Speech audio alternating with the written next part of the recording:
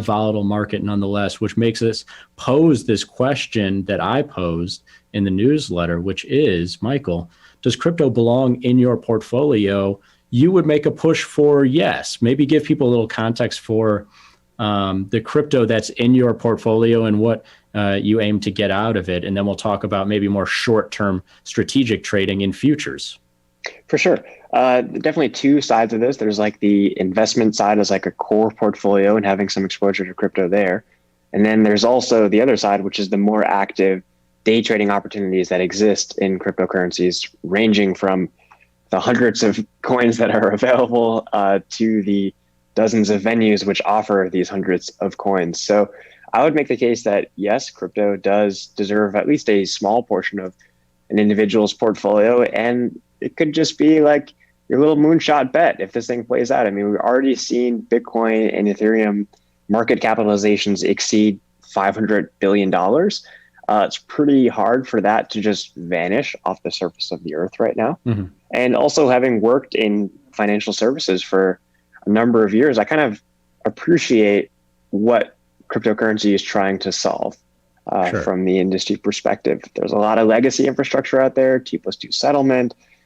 Crypto can hopefully relieve a lot of that stress through just network scale, but also programmatic implementation of a lot of processes and procedures. Things that can be actually like hard coded in.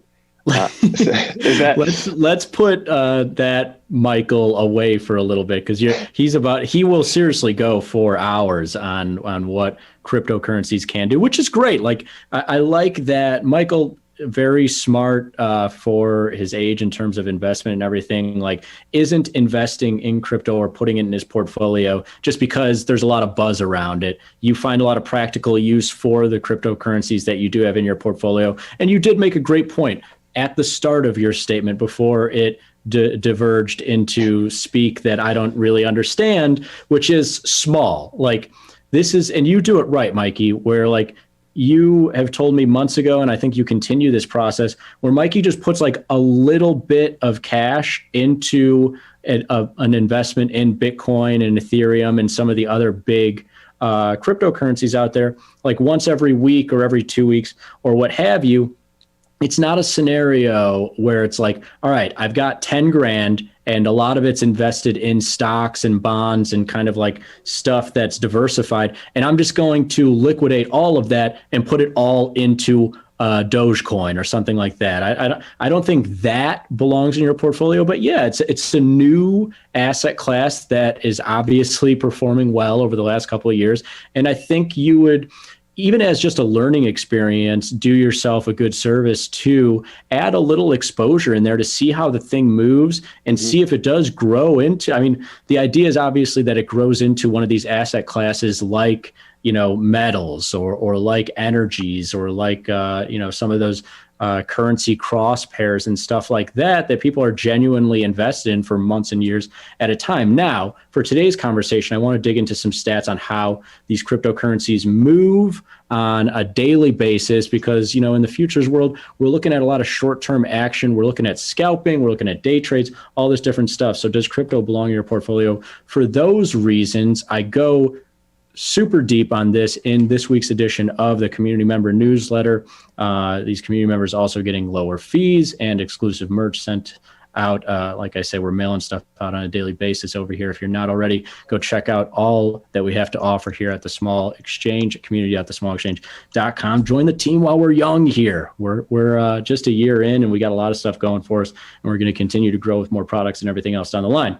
But what I highlighted specifically, Mikey, were some correlations and some daily moves in cryptocurrencies relative to some other asset classes that they might be similar to. And it ends up that there's not really any correlation between Bitcoin and anything else. And it's funny because this is the first way that I think a lot of people, myself included, try to get a handle on stuff is like, okay, what's it like? And I even draw this comparison to like you watch the NFL or NBA draft, or you even talk to someone who just went to a music festival and it's like, oh, what's that band like? What or what's that, linebacker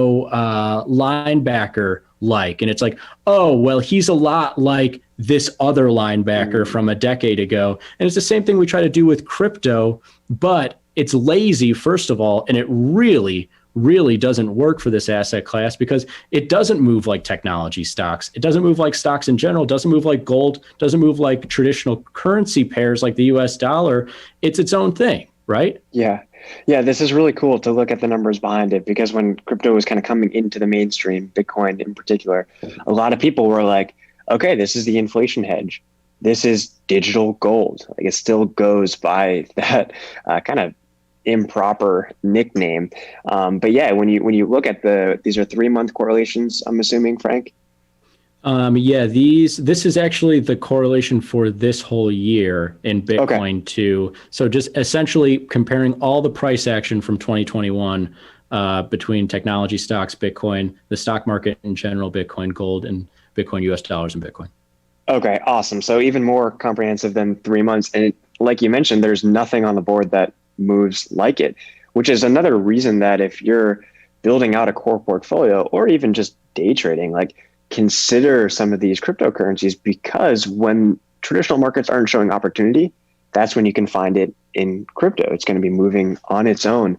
Now, there are a few stocks, right, that probably move similar to crypto. I don't know if you follow like Riot or some of those others, but in general, from a market perspective, there's no index that really tracks Bitcoin per se, besides Bitcoin.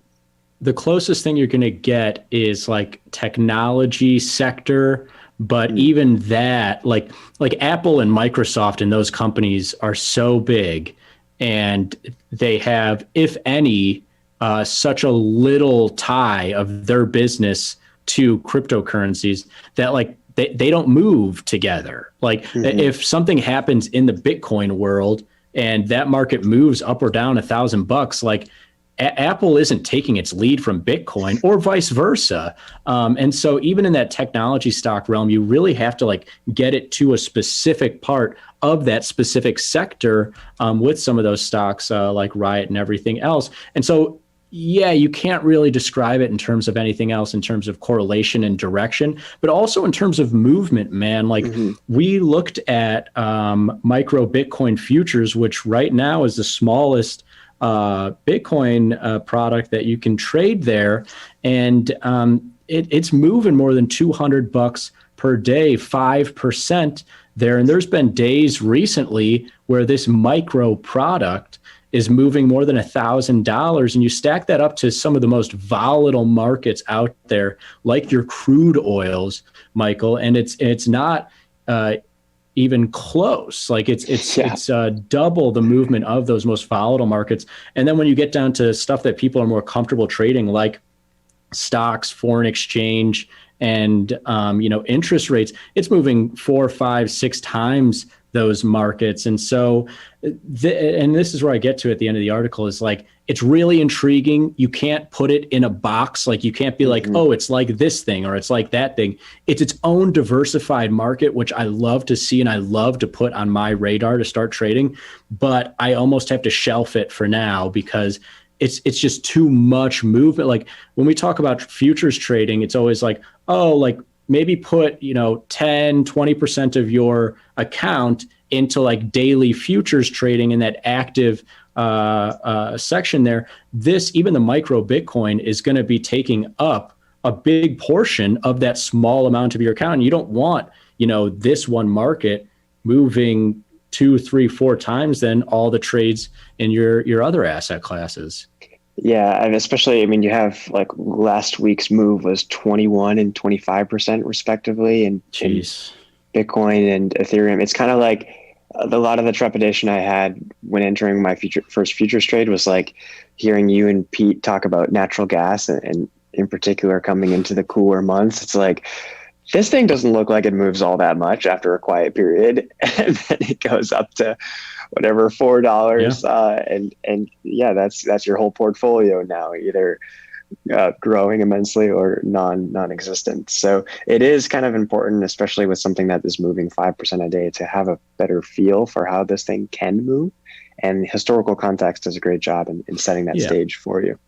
Absolutely. And we'll get some smaller products for you out there soon so that that intrigue hopefully continues. But the better products for the smaller trader will absolutely continue from yours truly. So get ready for that. In the meantime, crude oil, which is, moving less than half as much as Bitcoin and everything else, still moving a good amount. This has actually become one of the best day trades on the board as recently as this morning. This market was up about $2.50. The small crude oil futures, SMO futures there, came down to, I think it retreated maybe 50, 60 cents. And now it's just kind of trading back and forth right around $70 a barrel. This crude oil market, Mikey, has not gone anywhere in recent weeks, but on its way to nowhere, it has seen both sides of the range. A really good day trade out there for anyone willing to buy or sell big moves lower and higher, vice versa, just trading the contrarian trade there in crude.